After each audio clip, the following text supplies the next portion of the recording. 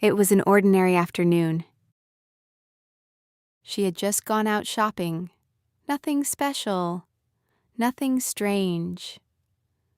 But then, at some point, something shifted. The sound became muffled. Everything around her looked strangely flat. The light was different, like the color had faded. And the clothes people were wearing were different. There's something called a time slip. It's not time travel. Not the kind where you step into a machine and go back in time, like in a sci-fi movie. You're just walking along, and at some point, it feels like you're not in the present anymore. Nothing has changed, but everything feels unfamiliar.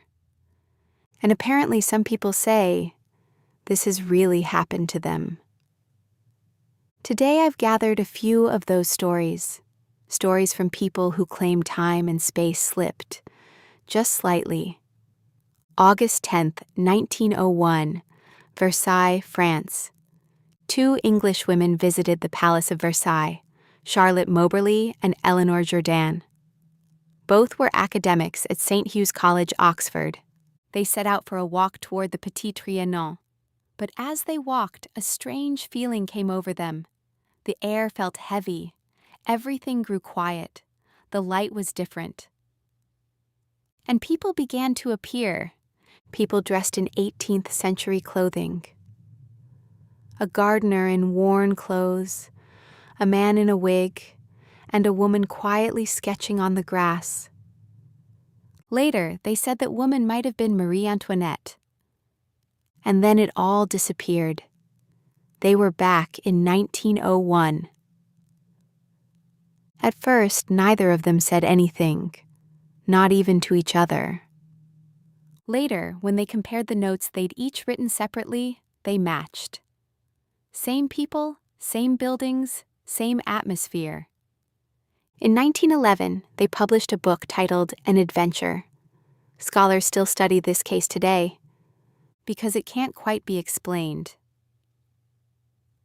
Let me tell you a second story. This one takes place somewhere completely different. Up in the sky, 1935, Scotland. There was a British Royal Air Force pilot named Victor Goddard. At the time, he held the rank of wing commander and later rose to become an air marshal.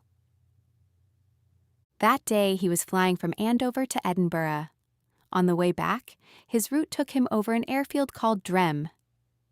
By then, Drem Airfield had long been abandoned, overgrown with weeds, its hangars falling apart. But on the return flight, he suddenly ran into a strange storm. The clouds had an odd color, he said later. They seemed tinged with yellow. When he broke through the storm, the scene in front of him had completely changed. The Drem airfield, which had been derelict, was up and running, in perfect condition. The hangars looked brand new, and there were 4 planes on the runway. But those planes were all painted yellow. In 1935, RAF planes were silver, and one of them was a monoplane he'd never seen before. At the time, the RAF flew only biplanes. The mechanics looked strange too. They were wearing blue overalls. Back then, mechanics wore brown overalls. He couldn't watch this scene for long. His plane was moving too fast. In an instant, he was back inside the storm, and when he came to, he was looking at the same derelict Drem airfield as before. He told people around him what he'd seen. Everyone laughed it off. Maybe he'd had one too many drinks, they said. But then, in 1939, Drem Airfield reopened as a flying training school. And the RAF began painting its training planes yellow. A new monoplane model was introduced. The mechanics' overalls were changed to blue. It was exactly what he said he'd seen in 1935. Here's a third story, this time underground. February 1953, York, England. There was an 18-year-old apprentice plumber named Harry Martindale. He was doing boiler work in the cellar of a building called the Treasurer's House. He was up on a ladder, drilling a hole through the ceiling. Then, he heard the sound of a trumpet. At first he thought it was just a radio playing upstairs. But the sound came again, louder this time. And the third time he heard it, it seemed to be coming from the other side of the wall. When he turned, the head of a Roman soldier in a helmet was walking out of the wall. Behind him came a soldier on horseback. And behind that, more soldiers kept emerging, walking 2 by 2. About 20 of them, he said. But there was something strange. He couldn't see the soldiers below the knee, as if they were buried in the floor. They crossed the cellar and disappeared into the opposite wall. Harry left his tools where they were and ran up the stairs. The caretaker upstairs took one look at him and said, "You've seen the Roman soldiers, haven't you?" Harry didn't tell anyone about this for 20 years. He was afraid people would think he was mad. But in the 1960s, there was an excavation near York Minster. And in that exact spot beneath the treasurer's house, an ancient Roman road was uncovered, about 38 centimeters below the current floor level. Which meant the reason the soldiers were only visible from the knees up was that they weren't walking on the floor as it exists now.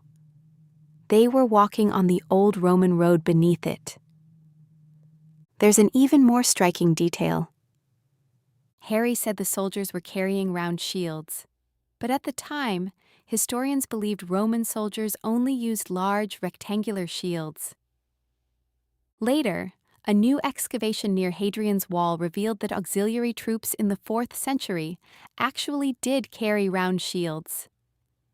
This was something Harry couldn't have known in 1953. That fact was only confirmed archaeologically after he'd already told his story. I want to bring up one concept here. There's a hypothesis called the stone tape theory. The name comes from a 1972 BBC horror drama, but it's also a concept discussed seriously among parapsychology researchers.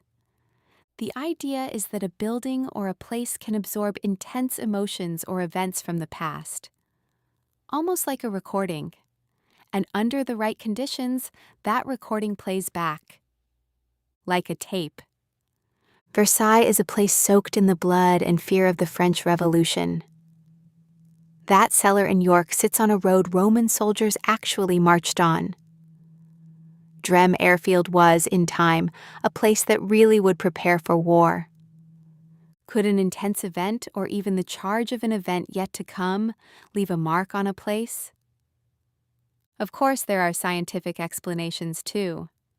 Temporal lobe seizures, dissociative states, powerful illusions, errors of memory.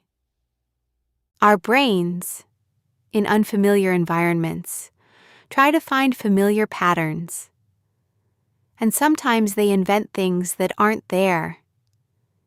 In Victor Goddard's case, it might have been a disoriented pilot's illusion in the middle of a storm.